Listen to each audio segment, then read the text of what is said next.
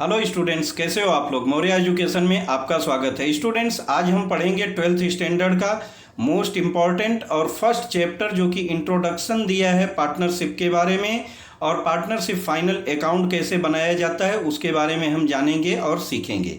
इसमें बेसिक हमको थियरी का पार्ट दिया हुआ है जो कि हमको जानना और समझना बहुत ज़रूरी है।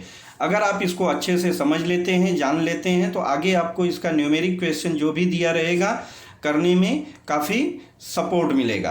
तो इसमें हमको पढ़ना क्या है कि देखिए, हमको फर्स्ट पढ़ना है meaning and definition of partnership. The Indian partnership act 1932 के अंतर्गत क्या दिया गया है, कुछ प्रावधान दिए गए हैं जिसको हमको जानना और समझना जरूरी है, क्योंकि हम कोई भी काम जब स्टार्ट करते हैं, कोई बिजनेस हो या किसी भी पॉइंट को लेके, तो उसका जो नॉर्म्स है, जो लॉ है, उसके बारे में हमको नॉलेज रहना बहुत ज़रूरी होता है। Method of capital account, capital account को हम इसमें मेंटेन कैसे करते हैं उसके बारे में हम जानेंगे और समझेंगे। देखिए, इसको हमको करना क्या है, यहाँ पर आप देख रहे हैं तो अंडरस्टैंड मीनिंग ऑफ पार्टनरशिप पढ़ना है, know the importance feature of partnership है, understand the meaning of the Indian partnership act 1932 पढ़ना है, know the importance of partnership deed, उसका हमको महत्व क्या है जो पार्टनरशिप डीड बनाई जाती है, understand the provision applicable in the absence of partnership deed, अगर पार्टनरशिप डीड नहीं है तो वहाँ पे हमको कौन से रूल्स को या कौन से मेथड्स को या क्या हमको फॉलो करना पड़ता है, इसके बारे में भी हमको जानना और सीखना है। Know how to maintain capital accounts of partner, partners का जो कैपिटल अकाउंट है इसको हम कैसे मेंटेन करते हैं, इसमें इसके बारे में भी हम जानेंगे और समझेंगे।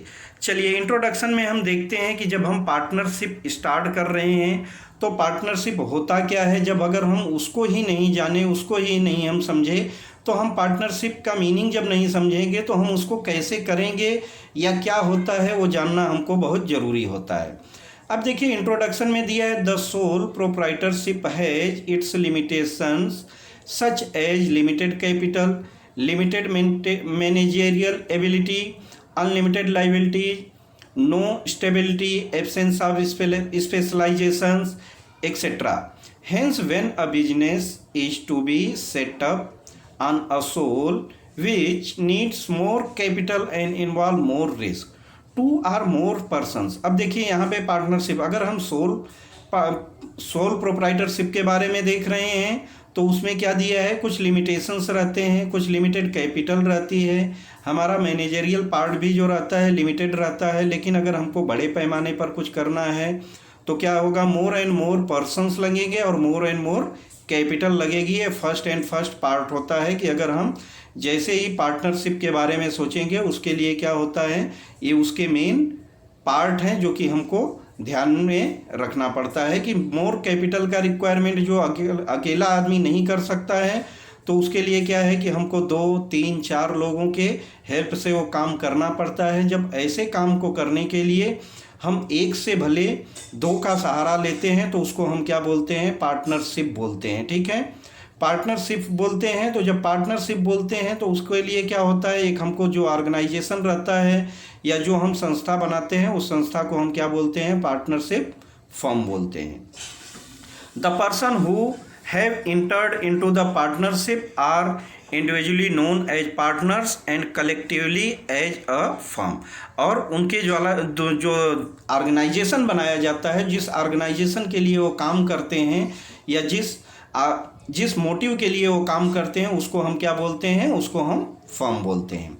Meaning and definition of partnership, इसका बेसिक यहाँ पर हमको डिफिनीशन बताया गया है, मीनिंग बताया गया है कि partnership is an organisation where there is an association of 2 or more persons coming together to carry the business with a view to share profit and loss of a firm।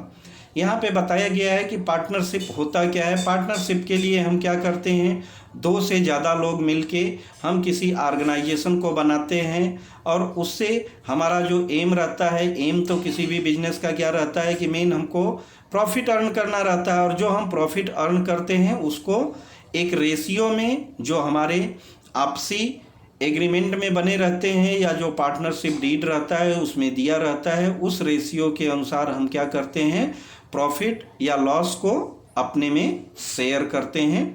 इसी organisation को हम क्या बोलते हैं? Partnership firm बोलते हैं, ठीक है, और पार्टनरशिप भी बोलते हैं। Definition, Indian partnership act 1932 section 4 के अंतर्गत हमको क्या बताया गया है? इसका डिफिनीशन बताया गया है। The partnership act, it is a relation between persons who have agreed.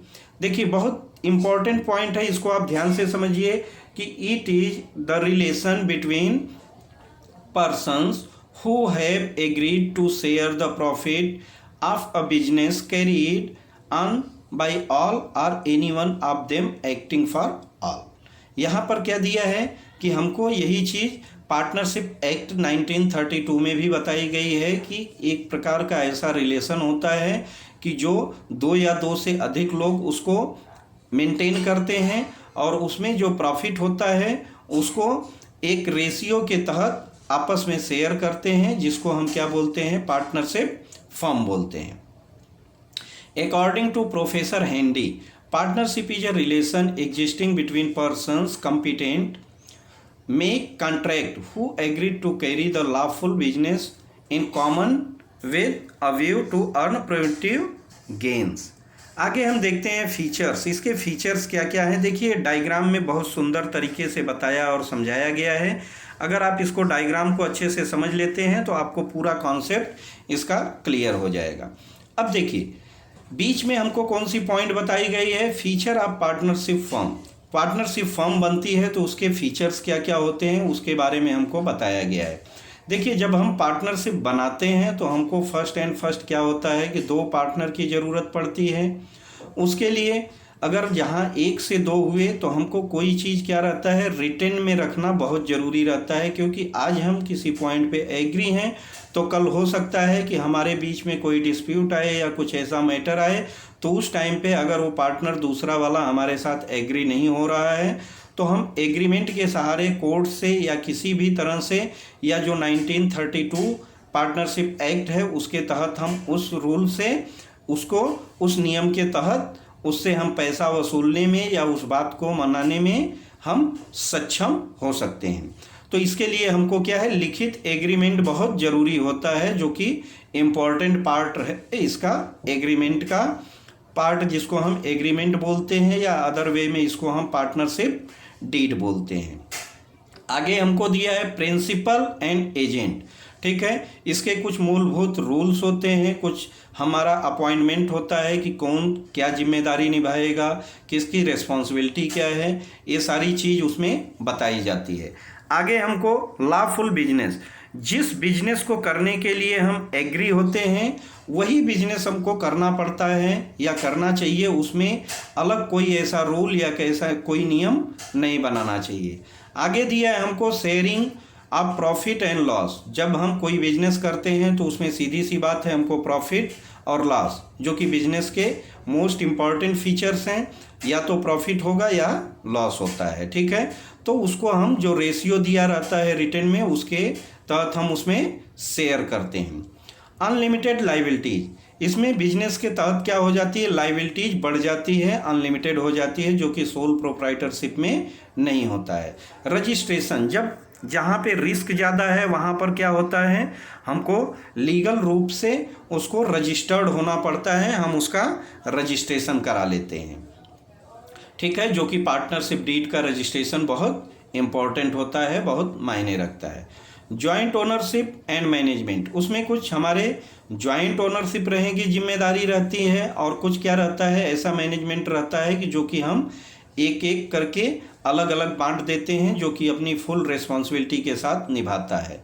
Principal and agent, देखिए 2 बार दिया गया है। प्रिंसिपल एंड एजेंट कब आ रहा है, जबकि मान लीजिए किसी प्रकार का अगर हमसे यहाँ पर कोई प्रिंसिपल या एजेंट किसी प्रकार का मिसबिहेवियर कर रहा है या मिसबिहेव हो रहा है, तो वहाँ पर उस रूल के हिसाब से नहीं काम कर रहा है, तो फिर आगे क्या होता है, पार्टनरशिप लॉन्ग टाइम तक नहीं चल पाती है, उसको हमको क्या करना होता है, डिसॉल्व करना होता है, जो कि हमारा लास्ट पार्ट क्या आ जाता है पार्टनरशिप का, डिसोल्यूशन।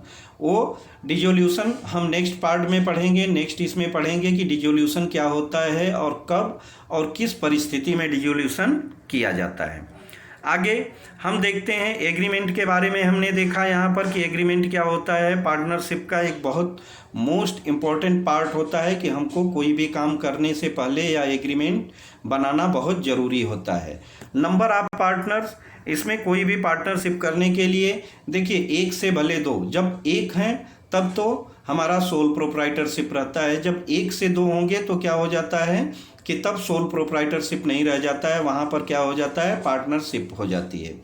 तो पार्टनरशिप के लिए कम से कम 2 लोगों की होने की ज़रूरत होती है और मैक्सिमम कितने लोग अलाउड हैं, 50 लोग। 50 से एक्स्ट्रा होंगे तो हमको कंपनी के रूप में रजिस्टर्ड होना पड़ता है। लॉफुल बिजनेस हम जिस रूल के तहत, जिस काम के लिए हमने बिजनेस या पार्टनरशिप बनाया है वही काम वहाँ पर होना चाहिए, दूसरा इलीगल बिजनेस नहीं होना चाहिए। अदरवाइज क्या होगा, वहाँ मिसकंडक्ट, मिसबिहेवियर हो जाएगा, जिसके कारण हमको पार्टनरशिप को डिसॉल्व भी करना पड़ सकता है।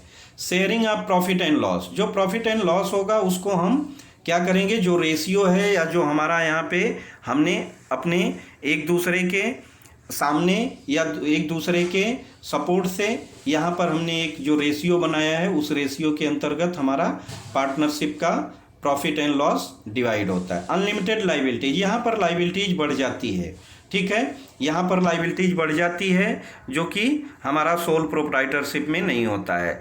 जहाँ अनलिमिटेड लाइबिलिटीज है वहाँ पर क्या होता है कि हमको उस एग्रीमेंट को रजिस्टर्ड करना बहुत ही इम्पॉर्टेंट हो जाता है। अगर हम देखिए, registration of partnership firm is compulsory बताया गया है only in the state of Maharashtra with effect from 1 अप्रैल 2005 से कंपलसरी कर दिया गया है कि अगर हम कोई भी पार्टनरशिप फर्म बना रहे हैं तो उसके लिए रजिस्ट्रेशन कंपलसरी है, नहीं तो डिस्प्यूटेड मैटर बहुत क्रिटिकल हो सकते हैं। इसके पहले बहुत सारे केसेस हुए हैं, इसके बाद से कंपलसरी कर दिया गया है।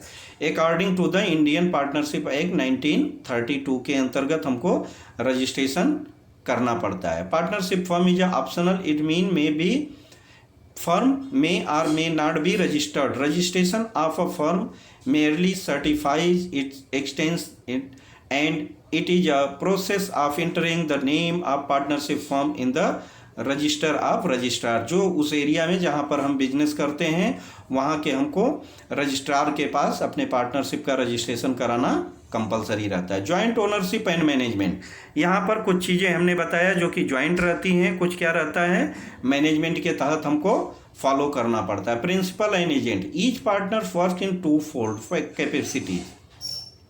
Principal and agent, a partner acts as a principal of the firm with outside and with the partners he acts as a agent, ठीक है।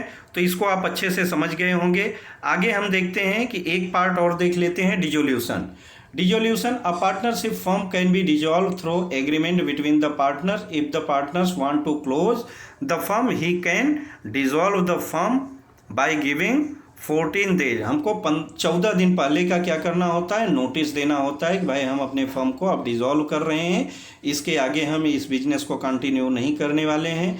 जो उसके डेटर्स रहते हैं उनसे हमको वसूली करना होता है, पूरी प्रॉपर्टी को बेचना पड़ता है। जो हमारे क्रेडिटर्स रहते हैं उनका हमको पैसा चुकाना पड़ता है। फर्म की पूरी रिस्पॉन्सिबिलिटी रहती है कि एक एक रुपये, एक एक पाई जोड़ के उनका पैसा हमको चुका देना रहता है। पार्टनरशिप डीड के बारे में हम देख लेते हैं कि पार्टनरशिप डीड क्या होती है। पार्टनरशिप डीड को हम नेक्स्ट वीडियो, नेक्स्ट लेक्चर में पढ़ेंगे, क्योंकि इसको हमको बहुत अच्छे से समझना ज़रूरी है, क्योंकि ये बिजनेस का समझ लीजिए एक बहुत इम्पॉर्टेंट पार्ट होता है जिसको हमको अच्छे से फॉलो करना पड़ता है। ये हर पार्टनर के लिए बहुत इम्पॉर्टेंट होता है। तो चलिए दोस्तों, ये हमारा फर्स्ट वीडियो था। आप ध्यान से पढ़िए, ध्यान से समझिए कि पार्टनरशिप फर्म क्या होता है, पार्टनर्स की लाइबिलिटीज़ क्या होती है, पार्टनर्स की कैपिटल क्या होती है, उसकी रिस्पॉन्सिबिलिटी क्या होती है। अब मिलते हैं नेक्स्ट वीडियो में, नेक्स्ट लेक्चर में। तब तक के लिए bye, thank you so much.